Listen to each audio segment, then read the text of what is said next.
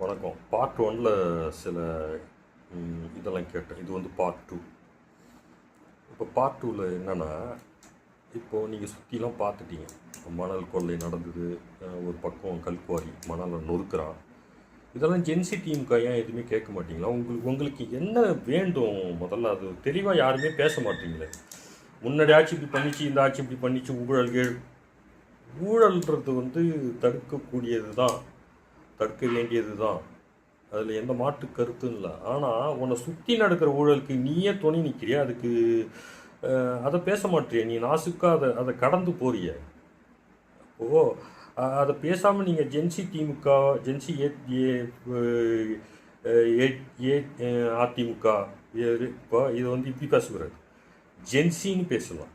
ஆண்ட ஜென்சி கட்சின்னு பேசிக்கலாம். ஏன்னா இது திமுக அதிமுகவை டார்கெட் பண்ணி பேசுகிறதால மொத்தமாக ஆண்ட கட்சி.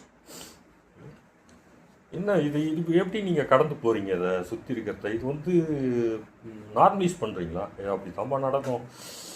அது விஜயால் கண்ட்ரோல் பண்ண முடியல, அது அப்படி தான் நடக்கும். அதுக்கு டிஎம்கேக்கு நீங்கள் ஓட்டு போட்டுருக்கலாம். எதுக்கு டிவிகேக்கு ஓட்டு போட்டிங்க? அது அப்படின்னா நடக்கும். அது ஒன்றும் பண்ண முடியாது. நார்மலைஸ் பண்ணுறது தான் உங்கள் வேலையா? ஜென்சி ஆண்ட ஜென்சிக்கு கேட்குறேன். அப்புறம் என்ன மாற்றம் தான் நீங்கள் ஏற்படுத்துவீங்க? உங்களுக்கு வேலை வாய்ப்பு தான் முக்கிய டார்கெட்டா? முதல்ல சொல்லுங்கள். வேலை வாய்ப்பு தான். இப்போது ரேஷனில் அரிசி போடுறீங்க, சாப்பிட முடியுமா? அது எப்படி கடையில் இருக்கிற அரிசி மட்டும் நல்லா பளபளன்னு அழகாக இருக்குது, நீங்கள் ரேஷன் கடைக்கு வர அரிசி மட்டும் எப்படி பூத்து போகுது? என்ன என்ன என்ன காரணம்? ஓஸில் போடுறதால எப்படி ஒன்றா போடலான்ற மைண்ட் செட்டப்பில் இருக்கீங்களா? எப்படி அந்த கட்டமைப்பு ஏன் இது வரைக்கும் சரி பண்ணல?